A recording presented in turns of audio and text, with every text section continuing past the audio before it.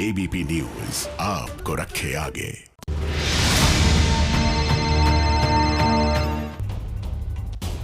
नमस्कार, मैं आदर्श झा घंटी बजाओ शो में आपका स्वागत करता हूं। पिछले साल दिल्ली चुनाव के वक्त एक नारे पर खासा विवाद हुआ था।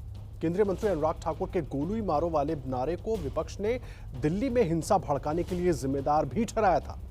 अब चुनाव बंगाल में होने और वहां भी यही नारा फिर से गूंज रहा है। फर्क इतना है कि इस बार यह नारा ममता बनर्जी की पार्टी टीएमसी की रैली में लगा है। बंगाल में चुनाव से पहले ही खासी हिंसा हो रही है। हर दिन कहीं ना कहीं बीजेपी और टीएमसी कार्यकर्ताओं के बीच हिंसक झड़प हो रही है तो कहीं पथराव हो रहे हैं। ऐसे में गोली मारो का नारा लगाकर टीएमसी ने यह साफ कर दिया है कि वो विधानसभा चुनाव जीतने के लिए हिंसा से भी पीछे नहीं हटेगी। सवाल है कि लोकतंत्र के नाम पर गुंडा तंत्र की यह राजनीति कब तक चलेगी।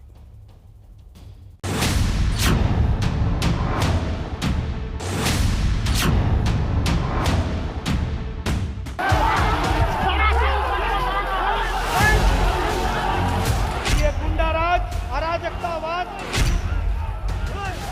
ये ज्यादा दिन नहीं चलने वाला है। Washing powder Bhajpa, washing powder Bhajpa.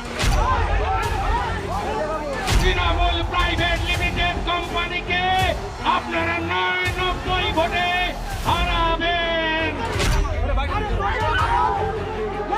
BJP हटो।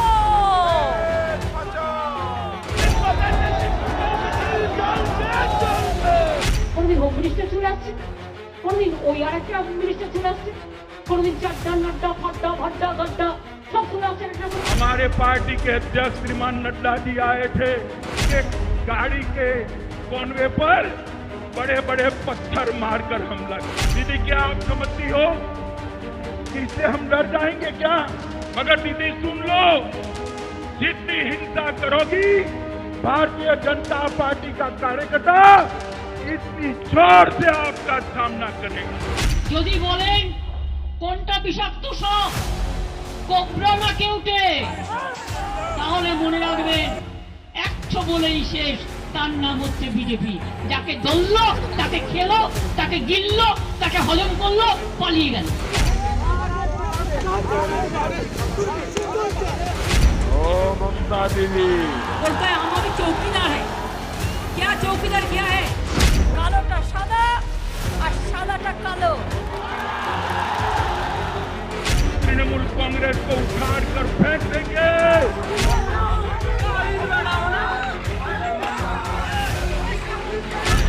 मौत का खेल खेल करके कोई मत नहीं पा सकता है। ये जरा दीवार पर लिखे हुए शब्द पढ़ लेना।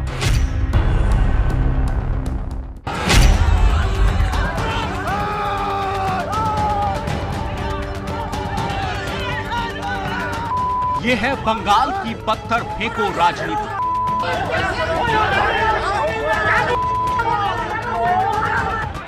यहां वोट के लिए पथराव होता है, लाठियां चलती हैं, खेत लड़ाई का मैदान बन जाता है।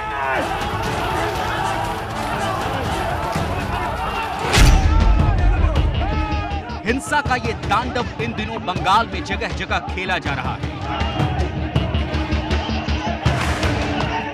ये तस्वीरें पूर्वी मिदनापुर के बरताला की है। यहाँ बीजेपी और टीएमसी कार्यकर्ताओं के बीच ये हिंसक झड़प उस वक्त हुई जब हाल ही में बीजेपी में शामिल हुए शुभेंदु अधिकारी की रैली होने वाली थी।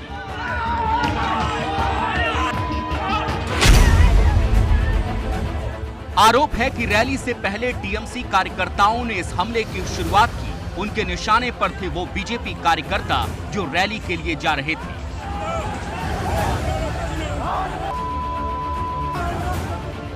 हमेशा की तरह टीएमसी ने हमले के आरोप से इनकार कर दिया, लेकिन तस्वीरें पूरी कहानी बयां कर रही है। एक तरफ है ममता की पुलिस, दूसरी तरफ है बीजेपी का झंडा लिए और भगवा पहने बीजेपी समर्थक। तो फिर हाथों में डंडे और लाठियां लिए बाकी लोग कौन हैं? इस झड़प में बीजेपी के कई कार्यकर्ता घायल हुए, जिसके बाद बीजेपी कार्यकर्ता सड़क पर ही बैठ गए और कुछ देर तक रास्ता बंद कर दिया।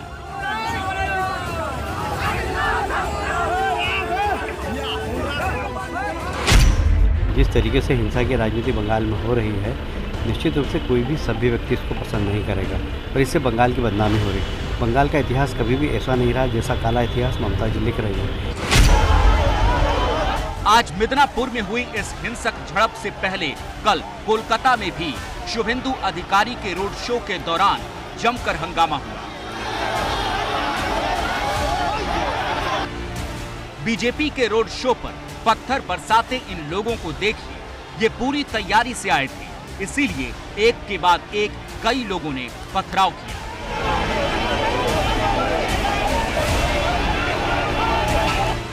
जिसके बाद बीजेपी का झंडा लिए कार्यकर्ताओं ने उन्हें दौड़ाना शुरू कर दिया।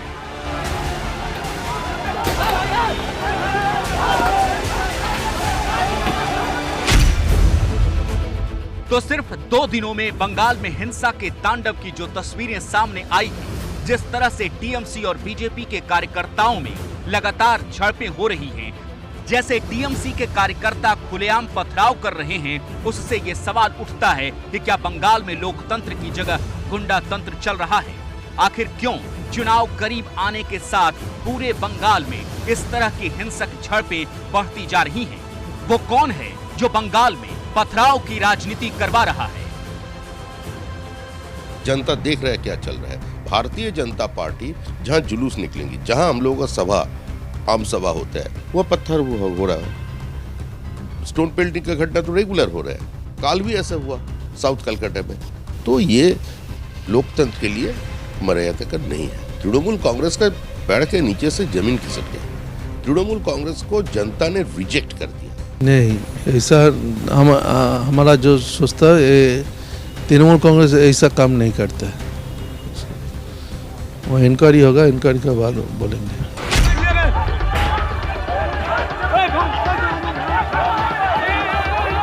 तो एक तरफ टीएमसी और बीजेपी के कार्यकर्ताओं के बीच जमीनी भिड़ंत चल रही है और दूसरी तरफ चुनावी भाषणों में भी एक दूसरे पर तीखे हमले शुरू हो गए हैं। आज पुरुलिया में बंगाल की मुख्यमंत्री ममता बनर्जी की रैली थी। इस रैली में ममता ने बीजेपी को जहरीला सांप बताया। যদি বলেন কোনটা বিষাক্ত সাপ, অজগর না কেউটে? যদি বলেন কোনটা বিষাক্ত সাপ, কোবরা না কেউটে, তাহলে মনে রাখবেন 100 বলেই শেষ, তার নাম হচ্ছে বিজেপি। যাকে ধরলো, তাকে খেলো, তাকে গিললো, তাকে হজম করলো, পালিয়ে গেল। इसी रैली में ममता ने बीजेपी को ये धमकी भी दी कि अगर उनकी रैलियों में रुकावट पैदा की जाएगी तो वो बीजेपी की रैलियों में हंगामा करने के लिए टीएमसी के लोगों को भेजेंगे। কি বলে? তো মহা মুশকিল ভাই। এটা তোমরা দেখছি 7-8 জনকে নিয়ে এসে আমার প্রত্যেকটা মিটিং এ ডিস্টার্ব করছো। আমি করলেও করব না। আমার মিটিং এ ডিস্টার্ব করলে আমায় বললেও আমি করব না। আমি এদিকে ভীষণ টাফ। তোমার কিছু বলার থাকলে তুমি অফিশিয়ালি বলবে। পাবলিক মিটিং এসে ডিস্টার্ব করলে আমি কিন্তু অ্যাকশন নেব, আমি বলে দিচ্ছি।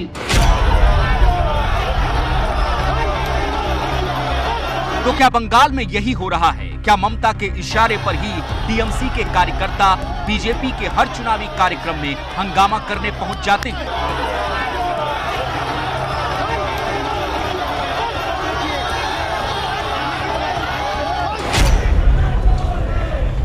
अब जरा ये तस्वीर देखिए।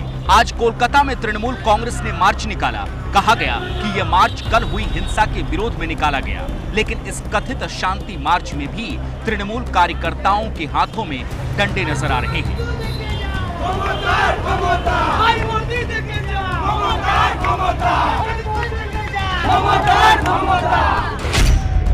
इसी रैली में टीएमसी कार्यकर्ताओं ने गोली मारो के नारे भी लगाए।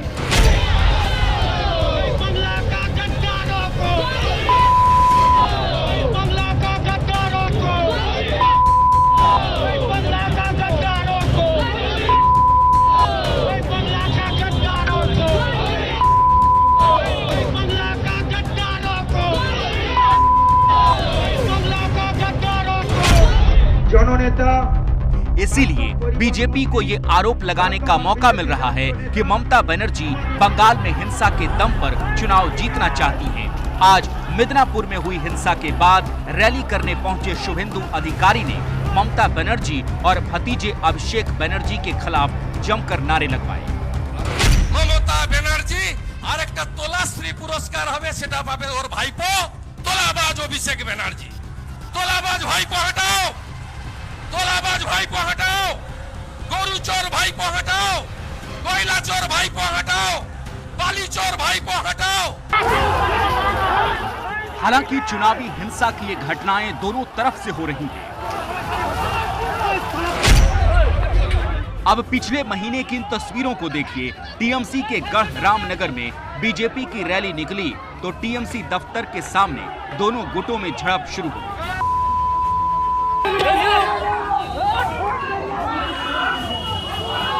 हाथ में बीजेपी का झंडा लिए ये लोग टीएमसी दफ्तर पर पथराव कर रहे हैं। आरोप है कि इसके बाद टीएमसी कार्यकर्ताओं ने भी उन पर हमला कर दिया।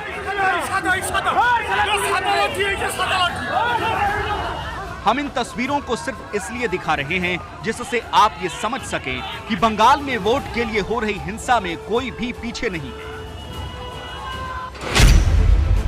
2020 में जनवरी से अक्टूबर के बीच बंगाल में 43 राजनीतिक हत्याएं हुई। बीजेपी का दावा है कि 43 मरने वालों में से 20 बीजेपी के थे।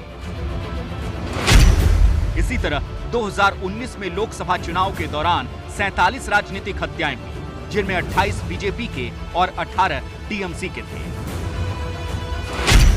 2018 के पंचायत चुनाव के दौरान 29 लोगों की मौत हुई।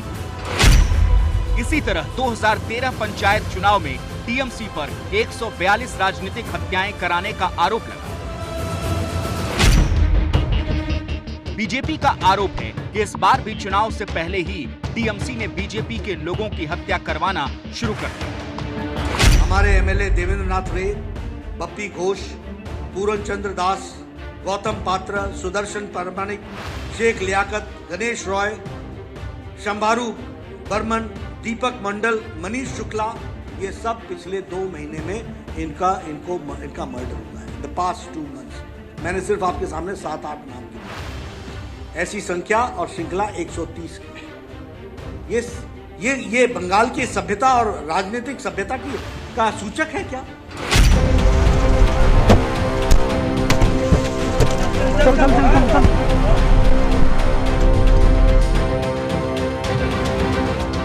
पिछले महीने कोलकाता में बीजेपी अध्यक्ष जेपी नड्डा के काफिले को भी निशाना बनाया गया।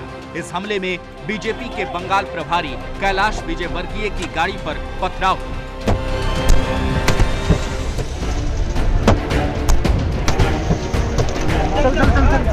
हमारी गाड़ी पे भी हमला हुआ, हम आपको दिखाते हैं विजुअल। ये देखिए, ये हमारी गाड़ी पे हमला हुआ। जब हम लोग इधर से गुजर रहे थे डायमंड हार्बर से, तो उस समय हमारी गाड़ी पे हमला हुआ, पुलिस की गाड़ी पे हमला हुआ। जगह जगह उनकी गाड़ी पर हमले हो रहे हैं, विरोध हो रहा है, लाठी डंडा चल रहा है, पत्थरबाजी हो रहा है, और इसका खामियाजा इस काफिले में जितने लोग हैं सबको उठाना पड़ रहा है। सबकी गाड़ियों पे हमले हो रहा है, मीडिया की गाड़ियों पर भी हमले हुए हैं, एबीपी न्यूज की गाड़ी पे हमले हुए हैं। आप देख सकते हैं ये जो शीशे टूटे हुए हैं, ये शीशे दरअसल टीएमसी के समर्थकों द्वारा पत्थरबाजी से टूटे हैं। जब मैं जंगल राज कहता हूं तो मैं ऐसे ही नहीं कहता। आप देखिए हमारे कैलाश विजयवर्गीय जी, मैं तो आज इसलिए सुरक्षित हूं क्योंकि मेरे पास बुलेट प्रूफ गाड़ी थी, अन्यथा किसी कोई गाड़ी नहीं छूटी जिस पर अटैक नहीं हुआ है। ये गुंडा राज जो हमने देखने को मिला है, इसको नस्तो नाबूद करना है। हालांकि तब भी ममता बनर्जी ने बीजेपी के आरोपों को सिरे से खारिज करते हुए ये कहा था कि ये पूरा हमला प्रायोजित है।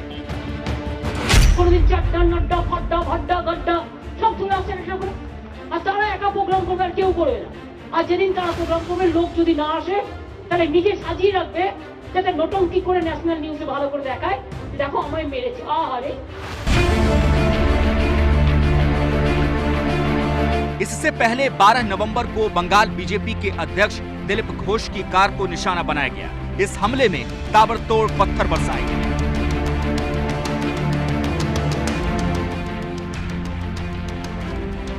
इधर रूल ऑफ लॉ का फेलियर हो गया और पॉलिटिकल पार्टीज का पास इतने सारी क्षमता चला आया है, ये एडमिनिस्ट्रेटिव जो मशीनरी इसको इग्नोर कर रहा है। इसीलिए बंगाल में ये पत्थर फेंकने का राजनीति, ये जो मसल पावर का राजनीति, ये अभी इतने जोरदार हो गया। ये हटाने के लिए, ये बंद करने के लिए अभी इलेक्शन कमीशन को जोरदार भूमिका लेना पड़ेगा, क्योंकि ये चलेगा तो इधर फ्री एंड फेयर इलेक्शन होने से बहुत प्रॉब्लम हो जाएगा। बंगाल में चुनावी हिंसा का इतिहास पुराना रहा है। पहले लेफ्ट और कांग्रेस पर इसके आरोप लगते थे, फिर लेफ्ट और तृणमूल कांग्रेस के बीच हिंसक झड़पें होने लगी और अब बीजेपी और तृणमूल कांग्रेस आमने सामने।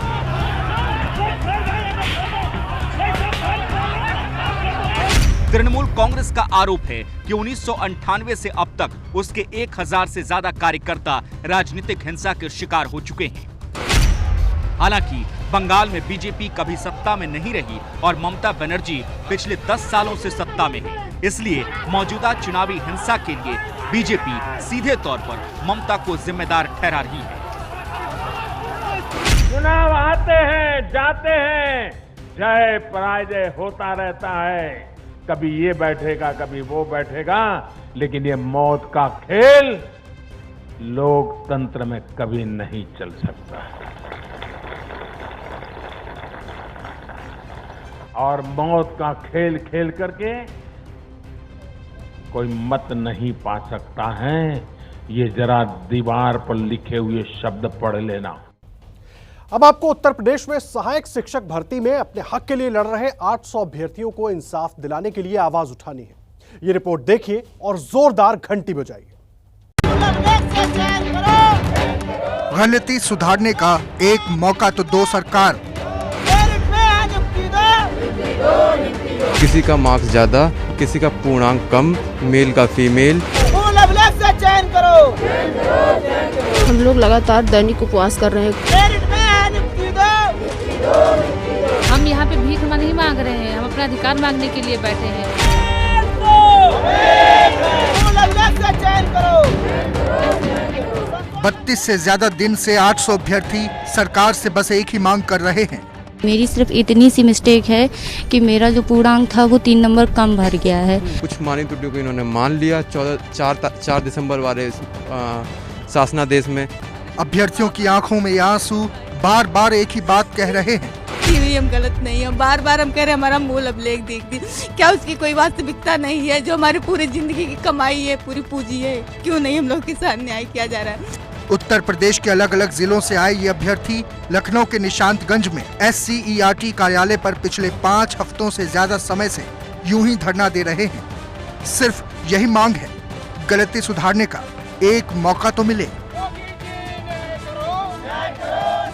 एक तरह से विनती कर रहे हैं शासन प्रशासन से कि हमारी मांगे मान ली जाएं, हम लोग वैलिड हैं। कोई एक ड्यू डेट दे दीजिए, कोई जो है आप प्रॉपर वो टाइम दे दीजिए जिसमें हम लोगों को थोड़ा लगे कि भाई ये डेट तक हमको रखना है।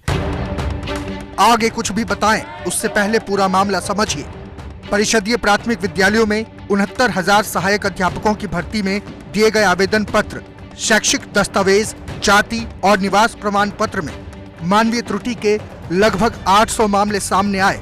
किसी ने मेल की जगह फीमेल लिख दिया तो किसी ने कुल अंक की जगह थ्योरी के मार्क्स लिख दिए। साफ तौर पर एक छोटी सी मांग करते हैं कि हमारी जो भूल है उसको एक बार माफ किया जाए, अभिभावक की तरह व्यवहार करे शिक्षा विभाग और उनको विभाग में नियुक्ति दी जाए। 1 महीने से ज्यादा वक्त से अपना घर बार छोड़कर दूसरे जिलों से आए इन अभ्यर्थियों में से कईयों की माली हालत बेहद खराब है। ऐसी ही एक अभ्यर्थी बबली पाल के घर ABP न्यूज संवाददाता संजय त्रिपाठी पहुंचे। बबली पाल के घर के हालात कैसे हैं और उनको कितनी आवश्यकता थी इस नौकरी की, ये हम दिखाएंगे उनके घर से। इस एक कमरे के घर में रह रही बबली के लिए सहायक शिक्षक की ये नौकरी इनके और इनके परिवार की जिंदगी कैसे बदल सकती है, सुनिए। हमने यही सोचा था ये नौकरी मिलेगी तो हम अपने बच्चों को अच्छे स्कूल में पढ़ाएंगे, बिटिया को हम अपने पास रखेंगे। 7 महीने से हम अपने जिगर के टुकड़े को किस तरीके से अलग किए हुए हैं, ये एक माँ से बेहतर कौन जान सकता है। जिसके भी बच्चे होंगे उस दर्द को समझ सकता है। हम अपने बच्चों का अच्छे से पेट पालेंगे, घर की सुविधाएं थोड़ा सा सही रखेंगे, अपना जीवन यापन करेंगे और जरूरतमंद लोगों की मदद करेंगे। इतना मेरा केवल सपना था और कुछ नहीं था सर। बबली के साथ बस्ती से आई अभ्यर्थी क्षमा शुक्ला के आंसू रुक नहीं रहे थे, ये बताते हुए कि अपनी एक मानवीय भूल के लिए आज वो कितना पछता रही हैं। हम 2 दिन किसी तरह 3-4 किलोमीटर दूर जाके फॉर्म भरे, नहीं भर रहा था। मेरा भाई इलाहाबाद में था, मुझसे छोटा था, बोला दीदी दे दो हम भर देंगे। उसके बाद वो भेज भी नहीं पाया आवेदन, प्रिंट के हमके चेक कर लेना, कहा ठीक है चेक कर लेंगे। अब उससे से यही गलती होगी कि मेरा भी मार्क्स कम हो गया पूर्णांक। बताइए सर हम लोग कैसे जिएंगे? आज 32 दिन से ग्राउंड में पड़े हैं, रैन बसेरा में रहते हैं, वो लोग भी भगा दे रहे हैं, करे हम नहीं रहना है। एक दिन में मैं 4 बार रेलवे स्टेशन पे मेरे साथ ऐसा हादसा हुआ जिसको मैं बता भी नहीं सकती हूँ। जब नौकरी जिंदगी हो और जिंदगी हाथ से फिसलते दिखे तो बेबसी आंसुओं के रूप में बाहर आ जाती है। कहने को तो सिर्फ एक नौकरी होती है, मगर कई बार जिंदगी और मौत का सवाल बन जाती है। हमारे बूढ़े माँ बाप और छोटे छोटे भाई बहन है, ये नौकरी हमारी जिंदगी है सर, हमारी जिंदगी, हमारी खुशी हमसे मत छीनिए। साथ हाथ जोड़ने में भीख दे दीजिए नौकरी की, हमें नियुक्ति पत्र दे दीजिए। बहुत हमारे अभिभावक हम हाथ जोड़ के आपसे विनती कर रहे हैं, हमें अब और सजा मत दीजिए, नहीं सह पाएंगे, नहीं क्षमता रह गई हमें सहने की। हमारे मुख्यमंत्री जी कहते बेटी पढ़ाओ बेटी बचाओ, हमारे माँ बाप ने किसी तरह या तो बेटी को पढ़ा तो दिया, लेकिन अब लग रहा है बेटी मर जाएगी इस अन्याय के दहलीज पे आकर के। सहायक शिक्षक अभ्यर्थियों का दर्द ढूंढने जब हम और आगे बढ़े तो 25 और कहानियां सामने आ गई। लगभग 25 लोग रहते हैं जो अलग अलग जिलों से आए हुए हैं और यहाँ सामूहिक रूप से उनके रुकने, खाने और रहने के इंतजाम किए गए हैं। ये सौरभ राय हैं, उन्नाव से लखनऊ इंसाफ की आस लिए आए हैं। इनके साथ इस घर में कुल 25 अभ्यर्थी रहते हैं।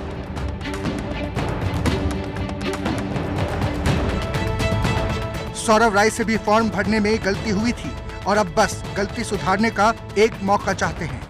हम चाहते हैं कि सर छोटे बच्चों को गुणवत्ता की आधार पर उनको पढ़ाई का मौका मिले, हम उनको पढ़ाने के लिए सक्षम भी हैं, लेकिन सर इतनी मानवीय भूल ऐसी हो गई कि सर हम लोगों को अपराध की श्रेणी में डाला जा रहा है, हम लोगों से हमारा जिंदगी छीनी जा रही है। सर हम इसमें क्या करें सर बताइए।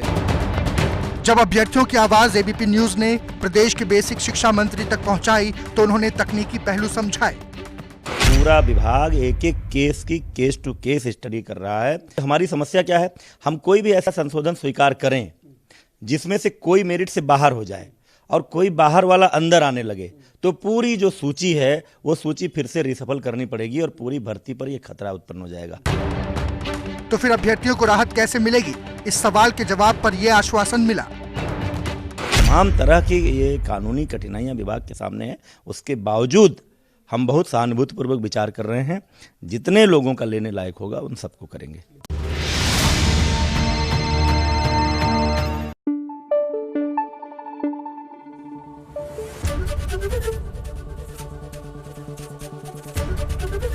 एबीपी न्यूज आपको रखे आगे।